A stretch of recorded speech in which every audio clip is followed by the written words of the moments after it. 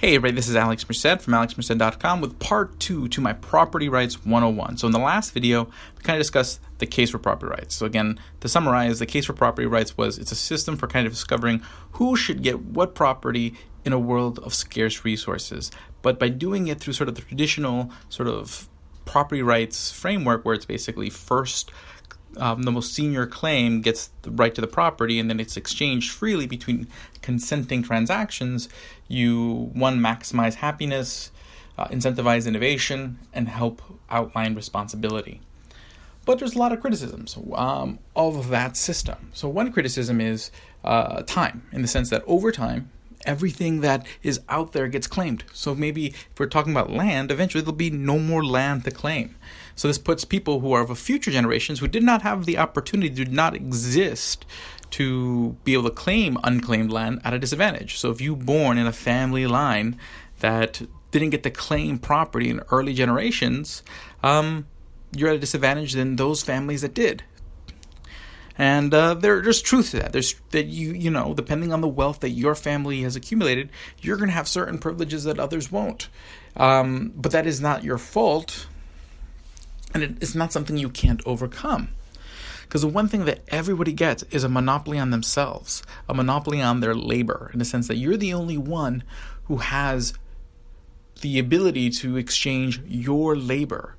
So basically, and then also over time, the value of different types of capital change. Okay, basically the value of human capital, meaning the knowledge that you have and the skills that you have, are more valuable than ever, because the kind of skills you need nowadays in a lot of the kind of industries of today are things like programming, a lot less physical based, a lot more knowledge and skill based, things that require individuals to take time to hone skills, versus land, while always a scarce resources, has become less necessary in terms of success.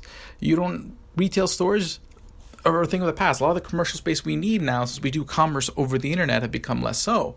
So the disadvantage of not having access to land is less so, in the sense that, again, to start your business, whether it's in retail, consulting, whatnot, the startup costs are minimal, and there's now the value of the capital in terms of human capital are greater than necessarily the terms in physical capital, as far as machinery and whatnot in many business lines, giving you people much more opportunity to overcome sort of that barrier of, let's say, less unclaimed land. To the extent that land is a problem, oftentimes it's artificial. Because if you had, let's say, freer markets where basically you had less government supports of dying industries, of limiting the uses of property, you would have a lot of shift. A lot of those commercial properties that can't find retail business for them could be easily transformed into housing to provide more housing at affordable costs. If zoning rules were deregulated, then you'd be able to create more units of housing with the same amount of space. So that way you'd also, again, have more affordable housing. So on the housing side, because there are more people, so you need more housing, the other competing uses of land have shifted. That there should be a lot of the land that's currently being used available for, and then also you need less land for necessarily producing food. Okay, with the technology advances over the last 100 years, you can produce a lot more food with a lot less space. We feed a lot more people. There's a lot less people starving around the world today than ever. So over time, the use of land changes, the need of land changes. So even though the availability of land has changed, the economic hurdle that truly has become a lot less. Now with the sort of the grander world of sort of human capital and sort of a lot of today's enterprises. But this places a premium on education. But access to education is greater. So even if there's issues with schools and the quality of schools and access to quality of schools, education is not just necessarily about schooling. With the internet and all sorts of types of the internet gives you access to education, the ability to develop that human capital to an extent that never existed before, and the value of that human capital is at a premium that didn't exist before. So things change, and again, the relative values of these types of capital have changed with it in a way that actually does sort of balance it if all things were, again, in a more freer market that didn't create some of the restrictions on land use that have created sort of some imbalance in pricing and imbalances in wealth that otherwise would not exist. The other big criticism is the criticism sort of unoccupied lands. You'll have some people say, hey, if you own property like a house, and it's not a house that you live in, it's just a house that you rent out to other people, and no one's using it, that you shouldn't have ability to own that piece of property because you're not using it. That's like saying that if you go grocery shopping and you buy food for the week, because you're not eating it today, people can take the food you bought for the rest of the week. There's a reason people buy more than they need now. It's an investment in your future. So in the terms of food, you buy that there because there may be a day that you don't have time to go out and buy food for that day. In the terms of housing, it may be a backup house, it may be a house to generate income. But here's the cool thing about that. Because you can generate income off the extra housing units that you own, you have an incentive to create more housing units. Okay, instead of having a single family home, you might build a duplex because you can rent out that second unit of housing. So that is a good thing, and that's a good incentive because people can own things that are not being used at the time, and it allows people to plan for the future. Okay, so in bottom line is rent is not theft.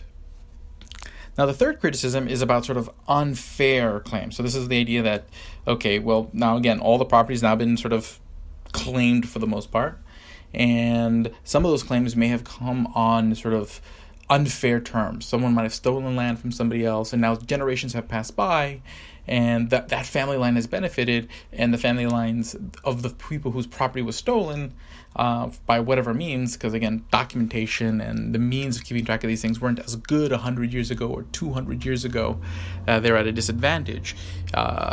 Should that sort of injustice be ignored? At the end of the day, there is an element that you have to prove that an injustice occurred. You have to be able to prove the document somehow that there was an unjust exchange of property, that there wasn't a voluntary exchange, and then you can get you can get what's the word I'm looking for?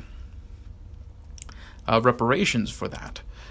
But okay, that means the person who's, let's say, 3 generations ago, your family's property was stolen. Now that property was sold to another person through a just transaction, but because the original transaction was unjust, now you're able to go reclaim that land. You can do that, theoretically, if you have the proper documentation to prove the original sort of unjust transaction. But now that other person then has a claim on the person who they bought the property from, and it's never always very clean because you're not always able to get the reparations you deserve out of it. So there is no world where you can have perfect justice because they're just for the same reason why you need property rights. There's scarcity. And oftentimes those who create injustice, those who take unjust actions in society, they do so, and then they create injustice because they don't have the resources to fully pay off the liability of the injustice they created. But you do the best you can. I mean, this is the reason why you have court systems and you have adjudication, because it's not always simple, and the best way to kind of clear up the situation is always clear. So this is why you need judges and legal systems, and you want market forces there too, because again, like anything else, competition keeps people honest. But these are things that'll happen in any kind of property rights system where things can be taken and not just sort of this sort of standard traditional property rights framework.